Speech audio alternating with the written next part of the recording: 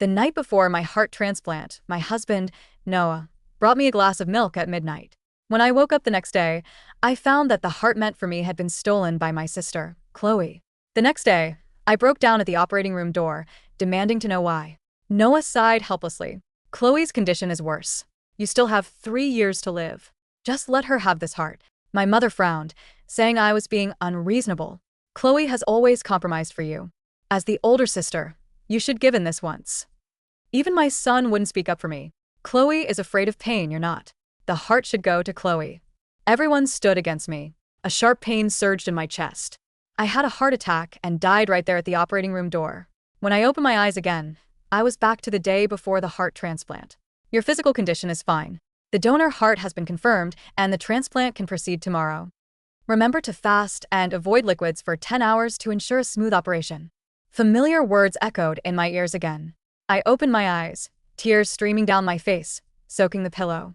My attending physician looked at me and smiled. Evelyn, congratulations.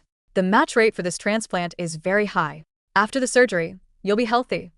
She thought I was crying tears of joy, but only I knew the truth.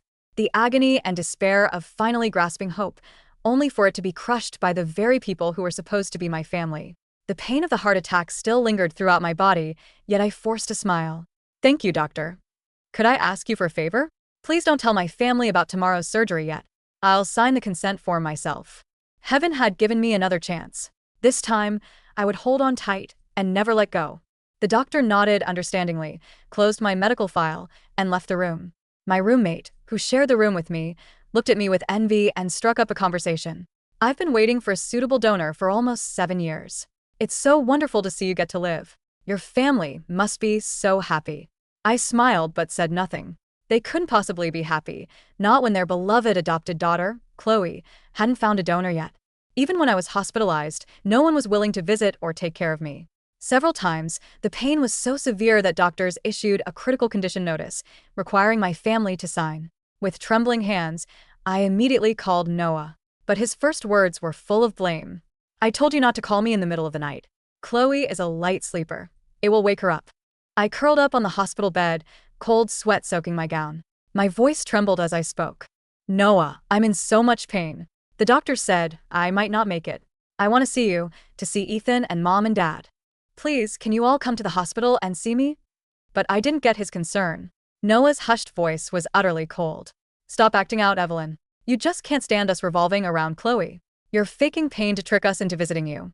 This is the 5th time. The doctors issued a critical condition notice, and we didn't come to see you, yet you still survived. I blinked, stunned, unable to believe the man I loved most would say such hurtful things. I instinctively began to explain. I'm not lying, Noah. Before I could finish, the phone was snatched away, and my mother, Eleanor's, equally hushed voice came through. Evelyn, I beg you, stop being so dramatic. Her disappointment was so heavy that I could almost picture her tightly furrowed brow, even through the phone. Chloe's heart isn't feeling well today. Do you need to have heart trouble too? Always copying Chloe. Do you really think we can't see through it? Eleanor's voice rose slightly, disturbing Chloe, who let out a mumbled groan. My father, Richard's, muffled voice immediately interjected. What's there to say to Evelyn? Hang up quickly, don't wake Chloe. And just like that, the call was disconnected. I held my phone, feeling a wrenching pain in my heart. I couldn't tell if it was from the words I'd just heard or something else. Just like now, knowing deep down they only cared if Chloe lived a healthy life, I still felt a stinging in my nose from their coldness at the operating room door in my previous life. Your family seems to be here. My roommate's words brought my thoughts back. I turned to the door and saw Mom, Dad, and Noah pushing it open and walking in. Mom's eyes reddened the moment she saw me. She choked up and came forward to hug me. Oh, Evelyn, this is wonderful. You finally got your heart transplant. I'm really so happy to see Evelyn healthy again. Dad held a food container in his hand and smiled as he offered it. Knowing you're having surgery soon, your mother specifically went to the market to buy the freshest chicken and slow-cooked it all day into a rich broth. Eat it quickly to regain your strength. The surgery won't be so hard then. My body stiffened. For a moment, I didn't know what expression to make. Since I was brought back to the George family, my parents had always been indifferent towards me. This was the first time Mom had personally made a meal just for me. I lowered my eyes, looking at the chicken broth, but didn't reach for it. Dad didn't seem to mind. He placed the soup on the cabinet and spoke gently. Evelyn, I know you didn't grow up with us and feel a bit distant, but for such a major surgery like a heart transplant, why did you ask the doctor to keep it from us? I clenched my hands, knowing I hadn't managed to hide it from them after all. Noah stepped forward, gently uncurled my hand, and rubbed it. Why do you still like to dig your nails into your palm when you're nervous? I'm your husband, of course. I have the duty to sign your surgical consent form. You don't have to worry about troubling me. Looking at their three equally gentle, smiling faces, I found it hard to breathe. I couldn't help but retort sarcastically. You're all busy looking after Chloe. This little thing doesn't need to be brought to your attention. Their smiles faltered slightly. Then, Noah sighed and gently ruffled my hair. You're still mad at us for not visiting you in the hospital because we were taking care of Chloe, aren't you? It was our oversight. We were wrong. We'll definitely change. He picked up the bowl of soup, blew on it to cool it, and brought it to my lips. This is my earnest effort. It won't taste good if it gets cold. Let me feed you. The surgery was still 15 hours away. Even if I drank this bowl of soup now, it wouldn't affect my transplant tomorrow. They must have known that. My heart fluttered slightly. I couldn't help but wonder if my parents were truly seeing me again. I opened my mouth, then closed it, pushing the bowl away. Mom, thank you for your kindness, but I don't have an appetite right now. Just leave it here for a bit. Bang. As soon as the words left my lips, a small figure kicked open the door. My son, Ethan, burst in like a little cannonball, crying as he spoke to my mother, Eleanor. Grandma, what do we do? Mom won't drink the soup, so Chloe can't get the heart transplant. I don't want Chloe to hurt. Make Mom give the heart to Chloe. What? I stared in shock at the bowl of soup, then snatched the thermos from Dad's hand, stirring frantically. A small blue capsule floated up. I recognized it. It was my long-term anticoagulant medication. But days ago, when the doctor informed me there was a high possibility of a donor heart, I had stopped taking it. All to seize every chance for a heart transplant. If I took this medication before surgery, I might not survive the operation due to a clotting disorder. And the doctors, after comprehensive consideration, would abandon my transplant. Fear crawled all over my heart. I clutched my chest, the pain so intense that a layer of cold sweat seeped from my back. I couldn't take it anymore. I smashed the food container in my hand and roared. Are you trying to kill me? The pain of betrayal from 2 lifetimes combined, tears filled my eyes. I looked mournfully at the few people who were supposed to be the closest in the world to me, choking back sobs as I demanded an answer. Dad, Mom, I'm your daughter, aren't I? Why are you doing this to me? My sudden outburst of smashing things startled Ethan. He flinched, then cried even louder. Bad Mom, you don't hurt at all. Why are you still trying to steal Chloe's heart? I don't want a selfish mom. I only want Chloe. Don't hurt. I mumbled, chewing on those words as if they were shards of glass I couldn't swallow. Looking at this son I had nearly died giving birth to, all my affection for him dissipated like smoke. It was precisely because I was in so much pain during my episodes, my face pale, expression twisted, black hair matted with cold sweat clinging to my cheeks, that I looked so ugly and terrifying. I always worried about scaring my little one. So I never let him see me during an episode. Ethan would sometimes notice something was off. He'd cautiously ask me, Mom, does your heart hurt? I would force a smile and reassure him. No, I don't hurt, Ethan. Don't worry, okay? I told the lie so many times that Ethan actually believed it. And just because I lied about not hurting, he wanted me to give my heart to Chloe. It was utterly ridiculous. I hunched my back, trying to alleviate the pain, and couldn't help but let out a short, self-deprecating laugh. Ethan. I stared straight at him, my voice raspy. If I told you I hurt too, would you still want me to give my heart to Chloe? My heart condition wasn't always this severe. But while waiting for a donor, I unexpectedly found myself pregnant. It was already difficult for me to conceive. The doctor told me that if I aborted this child, I might never have another one. She pointed to the beating heart on the ultrasound for me to see. He's very healthy. I looked at the screen, many thoughts flashing through my mind, yet feeling as if nothing had. But in the end, I touched that beating heart and decided to keep the child. My pregnancy was incredibly difficult. I couldn't move much, and my morning sickness was severe. By the time I carried Ethan to term and gave birth, it had almost killed me. My attending physician immediately came to me, looking serious. Evelyn, you're insane. Because of this child, your heart's lifespan has been shortened by almost 3 years. But looking at the small, soft infant in my arms, I shook my head firmly. Doctor, I don't regret it. At least, not before I died in my previous life. Ethan's tears paused. He bit his lip. Yes, I want Mom to give her heart to Chloe. All my strength seemed to drain away in an instant. I almost lost my balance. I wiped the tears from my face and spoke coldly to the menacing group.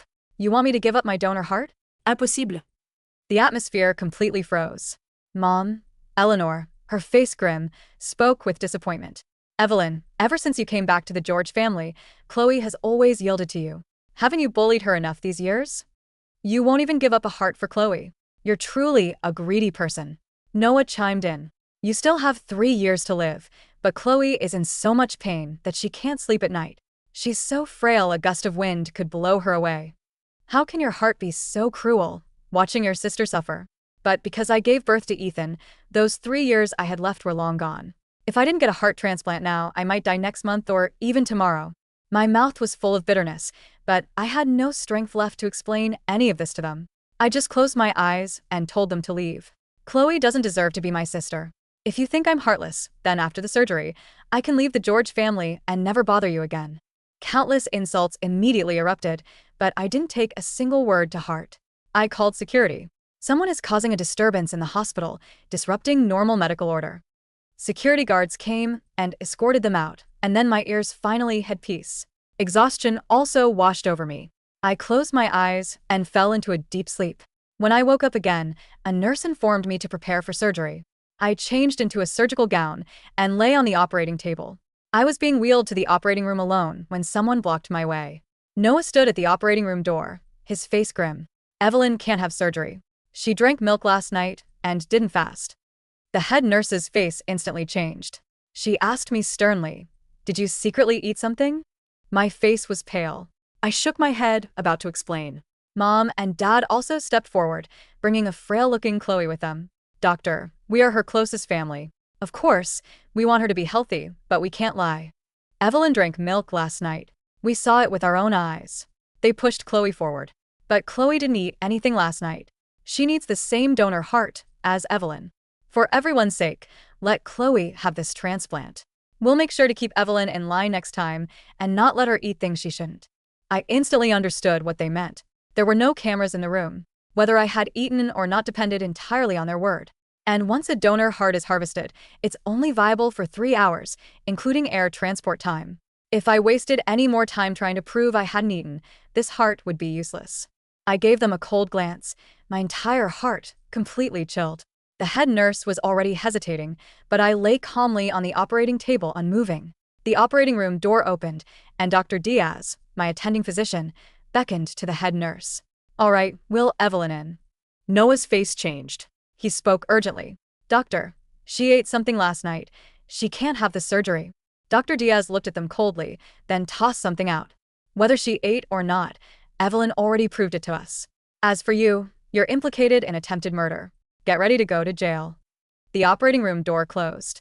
I saw Mom, Dad, and Noah's faces instantly turn ashen. The heavy, double-paneled doors of the operating room swung shut, sealing out the chaotic cries of the George family. The sudden silence was deafening, broken only by the rhythmic, sterile hum of medical equipment and the quiet, efficient murmuring of the surgical team. I lay on the narrow operating table, staring up at the massive, dome-shaped surgical lamps. They looked like miniature suns, cold and blindingly bright.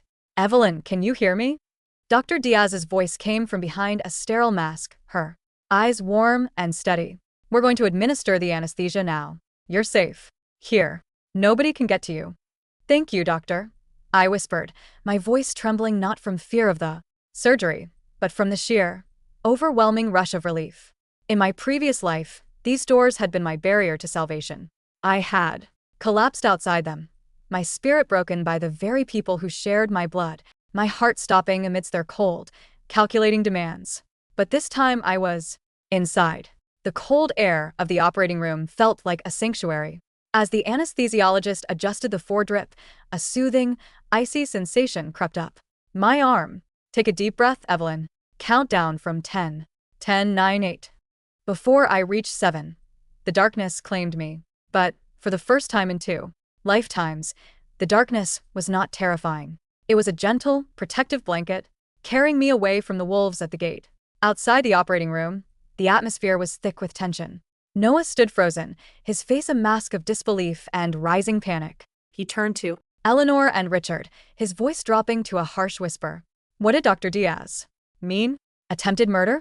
How could she know about the medication? Eleanor's face had gone pale, her hands shaking as she clutched her designer handbag. She's bluffing. There's no way they could have tested the soup that quickly. Besides, we didn't do anything wrong. We just wanted to make sure Chloe got a chance to live. Quiet, Richard hissed, his eyes darting toward the hospital corridor. Do you want the whole floor to hear you? We need to get Chloe out of here. If the police are really coming. But what about the heart? Chloe whimpered, clinging to Eleanor's arm. Her face was pale, but it was a paleness born of desperation and anger rather than purely physical illness. You promised me, Mom. You said if Evelyn couldn't have the surgery, the hospital would have no choice but to give the donor heart to me. Because I'm her sister, and I'm already here. If she gets that heart, what about me? I don't want to die. Chloe, sweetheart, calm down. Eleanor pleaded, rubbing her adopted daughter's back. We'll figure this out. Noah, call your lawyer connection. Now. Noah reached into his pocket for his phone, but before he could even unlock the screen, the heavy footsteps of several police officers echoed down the tiled hallway. Leading them was Dr. Diaz's assistant, a young resident named Dr. Vance, alongside two uniformed officers and a plainclothes detective. Mr. Noah Hastings? Mrs. Eleanor George? Mr. Richard George? The detective asked, his voice echoing coldly in the sterile corridor. Noah swallowed hard, trying to project his usual aura of calm authority. Yes, I'm Noah Hastings. Officer, there seems to be a massive misunderstanding. My wife is currently undergoing a heart transplant, and we're not here about the transplant, Mr. Hastings, the detective interrupted, flashing his badge. We are here regarding a formal complaint filed by the hospital administration and Dr. Elena Diaz. We have secured evidence of a deliberate attempt to administer a dangerous dose of prescription anticoagulants to a patient scheduled for major surgery, which constitutes a Class A felony, attempted murder. That's absurd. Eleanor shrieked, her voice cracking. We brought our daughter. Chicken soup. It's a family recipe. How dare you accuse us of trying to kill her? The hospital's laboratory has already run a rapid toxicology screen on the contents of the thermos your daughter smashed, the detective replied calmly. The results show a lethal concentration of warfarin. Furthermore, we have security footage from the hospital lobby showing Mr. Hastings purchasing a specific brand of over-the-counter liquid sleep aid, which was also detected in the spilled soup. Noah's heart dropped. He looked at Eleanor, then at Richard, his mind racing. The sleep aid. They had added it to ensure Evelyn would be too groggy to refuse the soup and would sleep through the night, preventing her from asking too many questions before the surgery. And, the detective continued, pulling out a small recording device. We have a digital audio recording submitted by the patient herself, capturing your entire conversation prior to the incident, including a minor statements regarding sabotaging the surgery to divert the organ to another family member. Hearing this, 7-year-old Ethan shrank behind Richard's legs, his eyes wide with fear. Grandpa, are the police going to take me away? I only wanted to help. Auntie Chloe. No, Ethan, hush, Richard whispered, his face turning a sickly shade of gray. He looked at the detective. Officer, please, this is a family matter. Our other daughter, Chloe, is desperately ill. We were only trying to. You were trying to medically sabotage a critical, life-saving surgery which would have resulted in the patient's death on the operating table, the detective said, his voice dropping to a dangerously low, stern register. Handcuff them. As the metal cuffs clicked around Noah's, Eleanor's, and Richard's wrists, the hospital corridor erupted into a flurry of gasps from onlookers and nurses.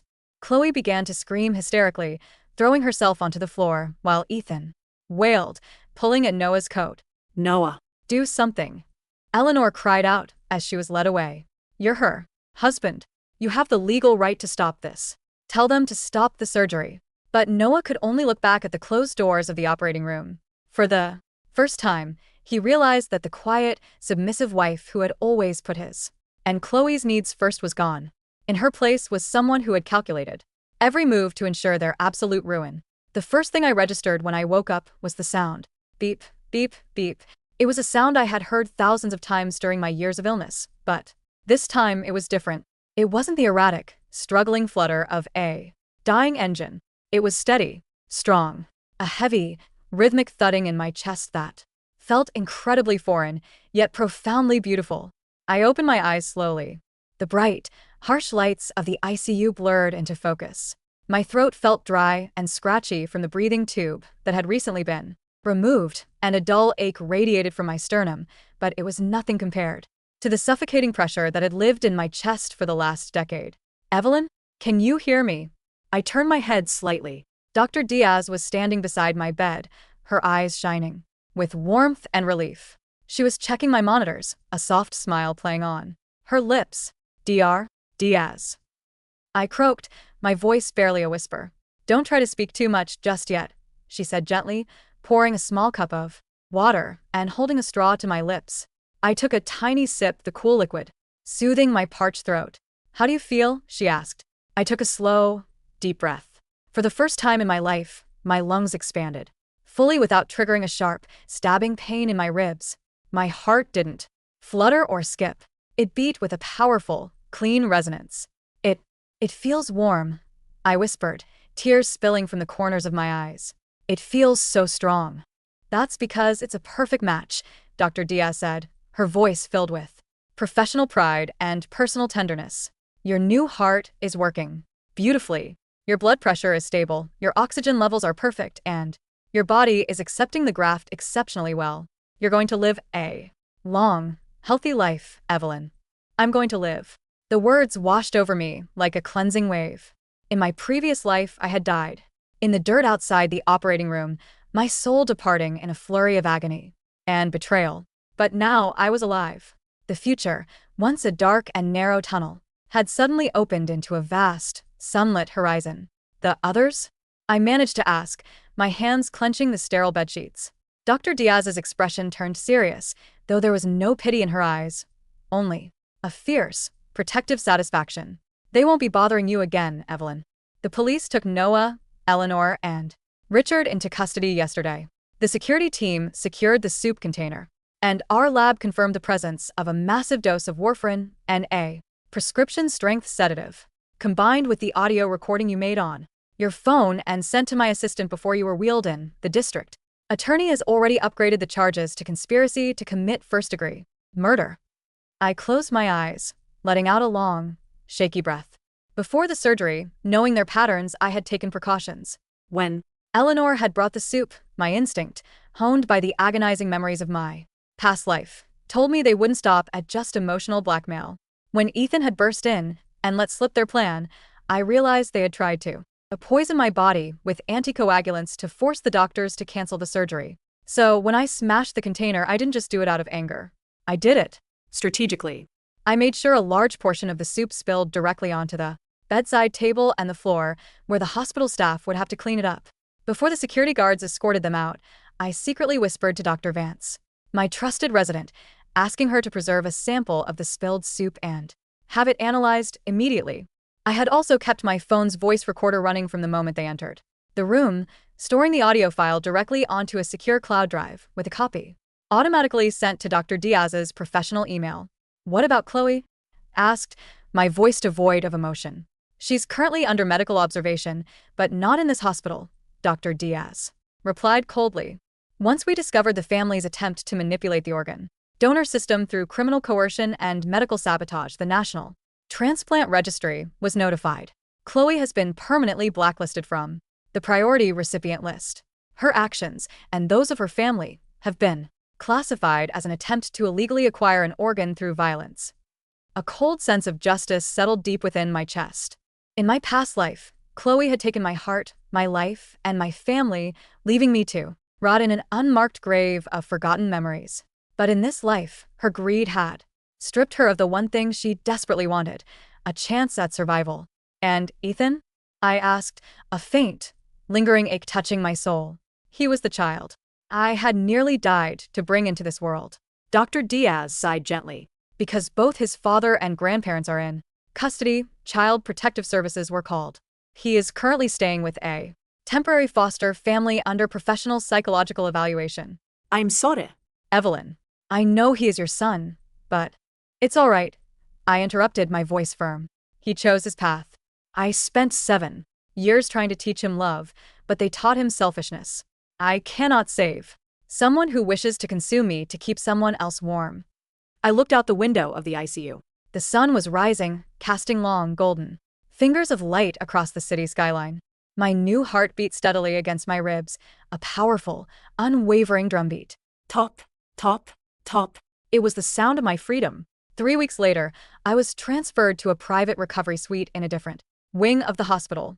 Thanks to my strict adherence to my post-operative regimen and my body's remarkable resilience, my recovery was nothing short of a medical miracle. My skin, once a sickly, translucent pale, now carried a healthy, rosy flush. My peace, however, was interrupted on a Tuesday afternoon when my attorney, Ms. Clara Vance, Dr. Vance's older sister, whom she had recommended to me, entered my room. Clara was a sharp, impeccably dressed woman with a reputation for being an absolute terror in the courtroom. "Evelyn, you look radiant," Clara said, placing a thick manila folder on my overbed table. "The doctors tell me you might be discharged by the end of next week." "I feel wonderful, Clara," I said, sitting up easily. "How are things progressing on the legal front?" Clara smiled, a predatory gleam in her eyes. "Your husband, or rather, your soon-to-be ex-husband, is desperate. Noah's attorney has reached out to me 5 times this week begging for a plea deal. They want you to sign a statement, claiming the whole incident was a tragic family misunderstanding and that you gave them permission to manage your medication." I let out a soft, mocking laugh. He really thinks I'm still the same foolish woman who would sacrifice her life for his comfort. He is also claiming that as your husband, he has a right to your marital assets. To pay for his legal fees, Clara continued, opening the folder to reveal several financial documents. "But I have some excellent news for you. Do you remember the prenuptial agreement your father insisted on when you and Noah married?" I frowned, searching my memory. "Yes."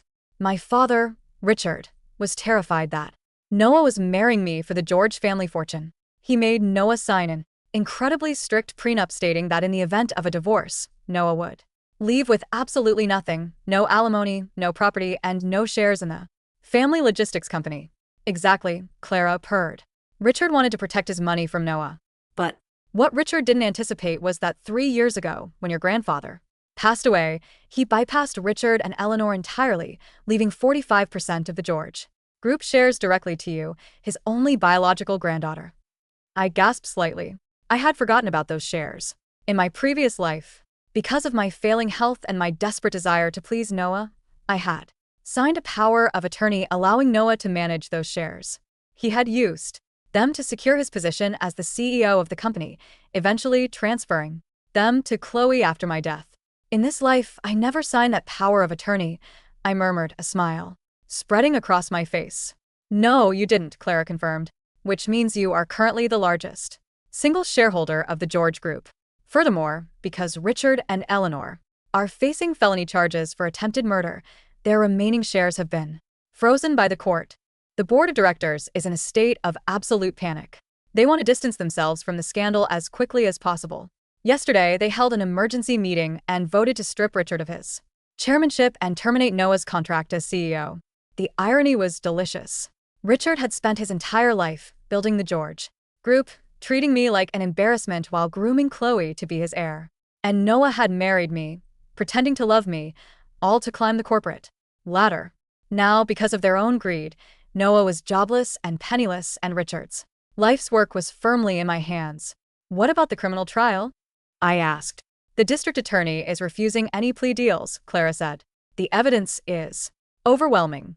The forensics report on the soup, the audio recording, and the testimony of the hospital staff leave no room for doubt.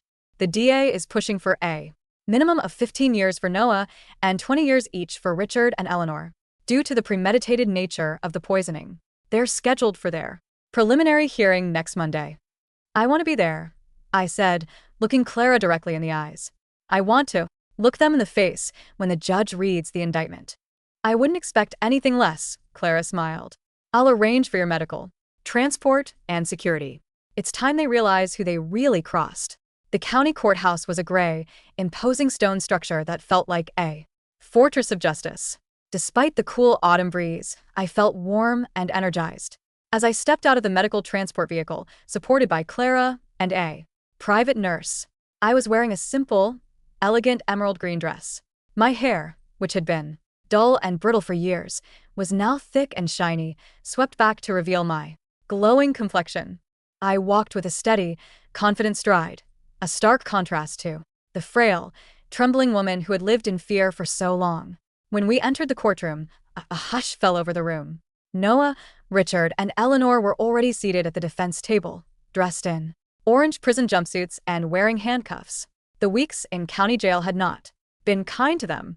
Eleanor's hair was messy and unwashed, her face lined with deep wrinkles of stress and anger. Richard looked defeated, his shoulders slumped, his chest hollow. Noah looked desperate, his eyes dark with lack of sleep, his hands shaking as he whispered frantically to his court-appointed attorney. When the door opened and I walked in, all three of them whipped their heads around. Noah's eyes widened in sheer disbelief. He gasped, his lips parting as he stared at me. Evelyn? He had expected to see a pale, half-dead invalid dragging an oxygen tank. Instead, he saw a beautiful, radiant woman who looked younger and healthier than she had in a decade. Evelyn! Eleanor screamed, trying to stand up, but the bailiff immediately pressed her back into her seat. Evelyn, you monster! Look what you've done to us. We're your parents. How could you throw us in jail? Silence in the court, the bailiff roared. I didn't say a word. I simply walked to the prosecution side of the gallery, sat down gracefully, and looked at them with a calm, indifferent gaze. It was the look one might give to a stranger on the street, or a bug beneath one's shoe. The judge, an elderly woman with sharp, piercing eyes, entered the courtroom and took her seat on the bench. We are here for the preliminary hearing in the case of the state versus Noah Hastings, Richard George, and Eleanor George, the judge announced, reviewing the documents before her. The defendants are charged with conspiracy to commit first-degree murder, attempted poisoning, and medical sabotage. Noah's lawyer stood up. Your Honor, my client maintains his innocence. This was a family matter born of extreme emotional distress. The victim's sister, Chloe George, was in critical condition, and the family was merely trying to explore alternative medical avenues. My client's wife, Evelyn, has a history of severe anxiety and may have misinterpreted their intentions.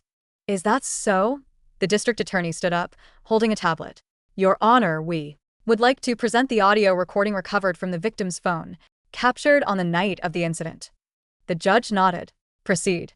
The DA pressed play, and the sterile silence of the courtroom was filled with the clear, crisp playback of the confrontation in my hospital room. Grandma, what do we do?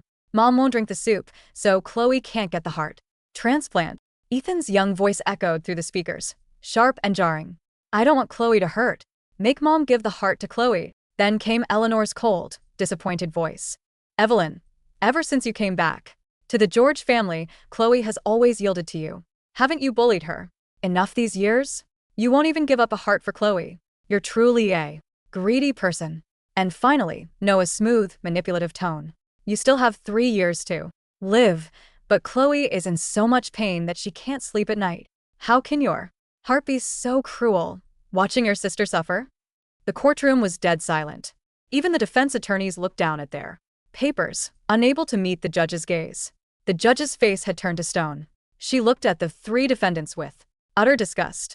Furthermore, the DA continued, we have a medical report from the hospital's pathology lab. The concentration of warfarin found in the soup was 10 times the therapeutic dose. Had the victim consumed even half of that broth, she would have suffered catastrophic internal hemorrhaging the moment the surgeon made the first incision. This was not a misunderstanding. This was a calculated execution. Richard shook his head, tears streaming down his face. No, we didn't want her to die. We just wanted her to be unable to have the surgery. We thought the hospital would postpone it.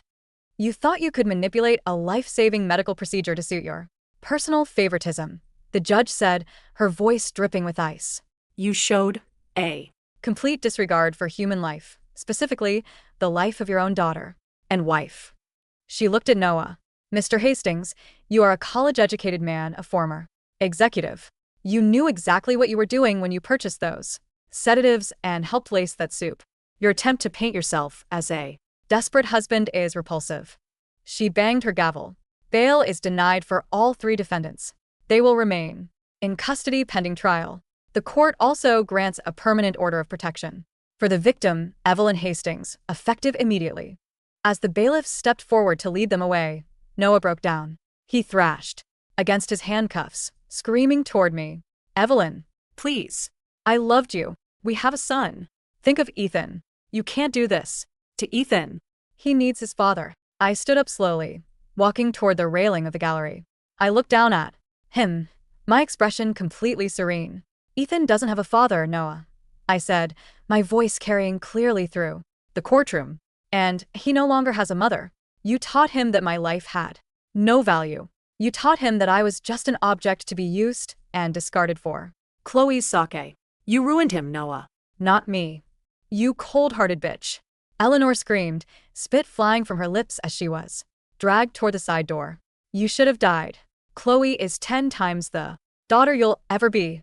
I wish I had never brought you back from that orphanage." I smiled softly. "I know, Mother. But I'm alive, and you're going to spend the rest of your life in a concrete cell, watching the daughter you loved so much wither away into nothingness." With those words, the doors closed behind them, and their screams faded into the depths of the courthouse. The fall of the George family was swift and absolute. With Richard and Eleanor in jail, the board of directors of the George Group officially appointed me as the interim chairwoman of the board, thanks to my 45% shareholding and the backing of several key investors who wanted to clean up the company's image. My first act as chairwoman was to order a complete financial audit of the company's accounts for the last 5 years. What the auditors found was a goldmine of corruption. Richard and Noah had been embezzling millions of dollars from the company's pension fund to fund Chloe's astronomical medical treatments, overseas vacations, and luxury lifestyle. They had also forged my signature on several loan documents, using my personal inheritance as collateral for their failed real estate investments. "This is enough to add federal fraud and embezzlement charges to their roster," Clara said, dropping a thick stack of audit reports onto my desk at the George Group headquarters. I was sitting in Richard's old office, which had been completely redecorated in warm, bright tones, removing any trace of his presence. "File the charges immediately," I said, signing the authorization forms. "I want them to have absolutely no hope of ever seeing the light of day." "What about Chloe?" Clara asked. "Her health is failing rapidly. Without a donor, and with her name blacklisted from the registry, the doctors say she has less than 6 months to live. She's currently living in a state-run hospice facility because the bank has repossessed the George family mansion to pay off their debts." I stared out the floor-to-ceiling windows, looking down at the bustling city. In my previous life, Chloe had stood over my dying body, her eyes filled with a terrifying, triumphant malice as she prepared to steal my heart. She had spent her entire life pretending to be a delicate, fragile angel, while ruthlessly consuming everything that belonged to me. "Let her stay in the hospice," I said coldly. "I will pay for her basic palliative care. I want her to be kept comfortable enough to live through every single day of her family's trial. I want her to watch their downfall from her bed." "And Ethan?" I paused, my hand tightening around my pen. Ethan had been visited by child psychologists. The reports showed that he had been heavily brainwashed by Eleanor and Noah. They had constantly told him that I was sick and useless, and that Chloe was his true mother, who deserved all his love. He had been taught to view me not as a mother, but as a resource. "He is staying with a wonderful, quiet family in the countryside," I said Softly. "I have set up a trust fund for his education and therapy, but I have relinquished my parental rights." I cannot look at his face without seeing the child who stood by my deathbed and demanded my heart. Perhaps, away from the poison of the George family, he can grow up to be a decent human being. But he Will do so without me. Clara nodded understandingly. "It's a clean break, Evelyn. You're doing the right thing." A week before the criminal trial was set to begin, I received an unexpected request. Noah wanted to see me. He had refused to speak to his lawyers or cooperate with the police unless I visited him in the detention center. I decided to go, not out of lingering affection, but because I wanted to close the final chapter of my past life's nightmares. The visitation room was cold and smelled of cheap disinfectant. A thick glass partitions separated us. When Noah was brought in, I almost didn't recognize him. The handsome, arrogant man who had always carried himself with such smug superiority was gone. His hair was shaved to a rough buzz cut, his face was gaunt, and his eyes were bloodshot and hollow. He looked at me through the glass, his hands trembling as he picked up the telephone receiver. I picked up mine. "Evelyn," he whispered, his voice cracking. You actually came." "I came to see what a traitor looks like when he finally loses," I said, my voice calm and even.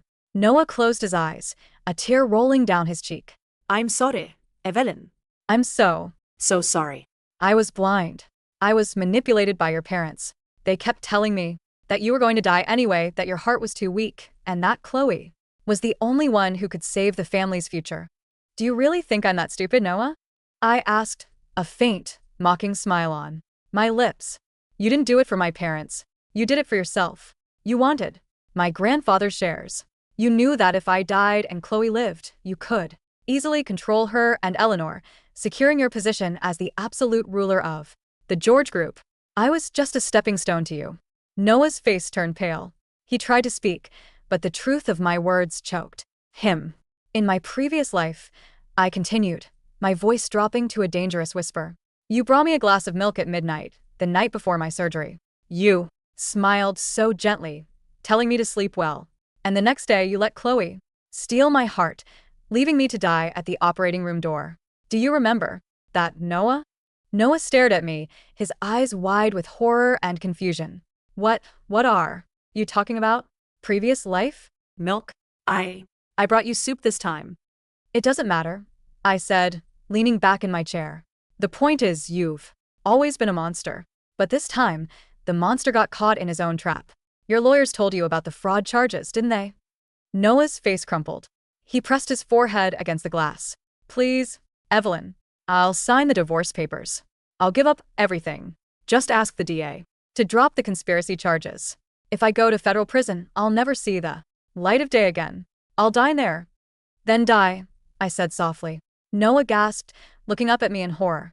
"You watched me suffocate for 7 years, Noah. You listened to my gasping breath, you watched my face turn blue during my episodes, and you walked away to spend the night in Chloe's bed. You felt no pity then. Why should I feel any now?" I stood up, hung up the receiver, and turned my back on him. As the guard led him away, his desperate screams of my name echoed through the metal doors, but they no longer had the power to make my heart skip a single beat. My heart beat strongly, steadily, and beautifully. The trial of the decade ended with a swift and historic verdict. Noah Hastings was sentenced to 18 years in a maximum security federal prison for conspiracy to commit first-degree murder, corporate fraud, and embezzlement. Richard George was sentenced to 22 years. His reputation was ruined, his assets seized, and his name dragged through the mud. Eleanor George, who refused to show any remorse and continued to scream insults at me in the courtroom, was sentenced to 25 years. Due to her advanced age and the harsh conditions of the state penitentiary, it was effectively a life sentence. The day after the sentencing, I visited Chloe at the hospice facility. The room was small and quiet, smelling of lavender and medicine. Chloe lay on the bed, hooked up to an oxygen machine. Without her family's money to pay for experimental treatments, her condition had deteriorated rapidly. Her face was hollow, her eyes sunken, her skin a sickly, yellowish gray. When she saw me walk in, a spark of her old anger flared in her eyes, but she was too weak to even sit up. You won," she rasped, her voice sounding like dry leaves scraping against pavement. "I didn't win, Chloe," I said, standing at the foot of her bed, my hands clasped elegantly in front of me. "I simply took back what was mine. My life. My heart." Chloe let out a bitter, wheezing laugh. "You think you're so righteous, but you left our parents to rot in jail. You left your own son." "They are not my parents. They were my captors," I replied calmly. "And as for Ethan, I saved him from becoming like you. That is the greatest act of mercy I could have shown him." I took a step closer, looking down at her. "Do you know what the match rate for my transplant was, Chloe?" Dr. Diaz told me. It was 99.8%, a near-perfect genetic match. The donor was a young woman who had died in a tragic accident, but who had lived her life with love and kindness. Her heart was pure. It was meant for me. Chloe's eyes filled with tears of bitter envy. "It should have been mine." "No," I said, my voice firm and absolute. "You were never meant to have it. You spent your life stealing, stealing my parents' affection, stealing my husband's loyalty, trying to steal my very life. But some things cannot be stolen, Chloe. Heaven doesn't reward thieves. I turned and walked toward the door. Goodbye, Chloe. I hope that in your final days, you enjoy the silence of the room you built for yourself. I didn't look back as I walked out of the hospice. The heavy glass doors slid open, and I stepped into the bright, warm autumn sunshine.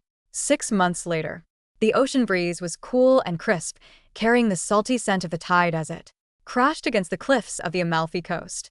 I stood on the balcony of my private villa, holding a warm cup of herbal tea.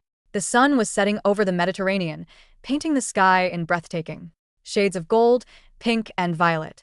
My recovery was complete. I was no longer a patient. I was a survivor. I had officially stepped down as the active chairwoman of the George Group, hiring a highly capable professional CEO to run the company while I remained the majority shareholder, living off the massive, steady dividends. I had donated a significant portion of my wealth to establishing a foundation that funded heart transplants for underprivileged children, ensuring that no one would ever have to go through the agony of waiting in the dark as I did. I placed a hand over my chest. Beneath my palm, the heartbeat was steady, strong, and full of life. Top, tap, top. It was a beautiful, quiet rhythm, a song of survival, a song of a woman who had crossed through the fires of death and betrayal and had emerged on the other side, completely reborn. I took a deep, full breath of the fresh sea air, smiled, and turned back toward the warmth of my new home.